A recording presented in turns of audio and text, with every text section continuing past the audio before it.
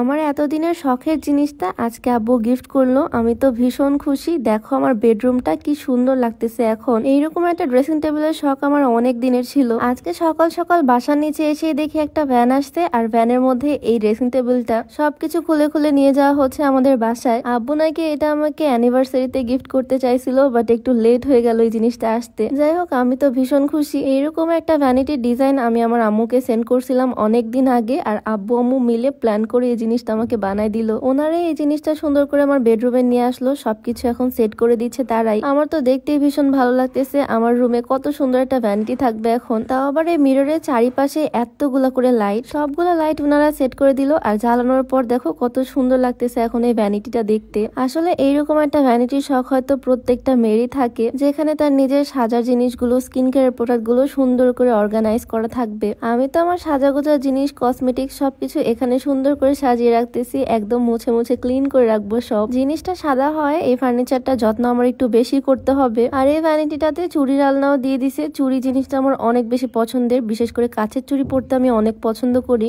একদম 1-1.5 ঘন্টা লাগলো পুরাটা আমার গোছাতে। আমার খুবই খুশি লাগতেছে এই জিনিসটা পেয়ে। অনেকগুলো ড্রয়ার আছে এখানে, আমার সব জিনিস আমি এখানে সুন্দর করে সাজিয়ে রাখতে পারবো। আব্বুকে অনেক অনেক থ্যাংক ইউ এত সুন্দর একটা জিনিস গিফট করার জন্য। প্রায় 1-1.5 ঘন্টা ধরে এই ভ্যানিটিটা গোছালাম। এখন তো দেখতে অনেক বেশি সুন্দর লাগতেছে, কিন্তু এই ভ্যানিটি গোছাতে গিয়ে আমার বিছানার অবস্থা একদম 12টা বেজে গেছে। কি আর করার, গোছাতে যখন শুরু করছি সবকিছুই সুন্দর করে গোছাবো, বেডরুমটাকে সুন্দর করে সাজাবো। আমার খাটটাও কিন্তু একদমই নতুন, কয়েকদিন হলোই আনা হয়েছে। আগের থেকে দেখতে এখন আমার বেডরুমটাকে অনেক বেশি সুন্দর লাগতেছে। আসলে নিজের থাকার ঘরটা, বেডরুম সুন্দর থাকলে নিজের মনটা অনেক বেশি ভালো লাগে। বেডটাকেও সুন্দর করে ক্লিন করব, নতুন বেডশিট পারবো। জিও টেক্স বিডি থেকে আমি নতুন একটা কমফোর্টার সেট নিছি। এই শীতে আমার অনেকগুলো কমফোর্টার নেওয়া হয়েছে। এই কমফোর্টার ইউজ করার পর আমাদের বাসায় লেপ কম্বল কিছু ইউজ করা হয় না, বাসার সবাই আমরা কমফোর্টারই ইউজ করি। বিছানাটাকে সুন্দর করে পরিষ্কার করে আমি বেডশিটটা পারতেছি। এই বেডশিটটাও অনেক বেশি লং, মানে একদম বিশাল বড় সাইজের। এটার মাপ যদি বলি, এটা হচ্ছে 7.5 ফিট বাই 8 ফিট। বিশাল বড় এই কিং সাইজের বেডশিটটার সাথে বালিশের কভার, কোল বালিশের কভার, কমফোর্টার, মানে সবকিছু একটা সেট। কাপড়ের কোয়ালিটিও খুবই ভালো, জিওটেক্স বিডি থেকে নেওয়া। আর এই কালারটা আমার খুব ভালো লাগছে। তাদের পেজে যদিও আরো অনেক রকমের ডিজাইন কালার তোমরা পাবা, পেজটা আমি ক্যাপশনে মেনশন করে দিব।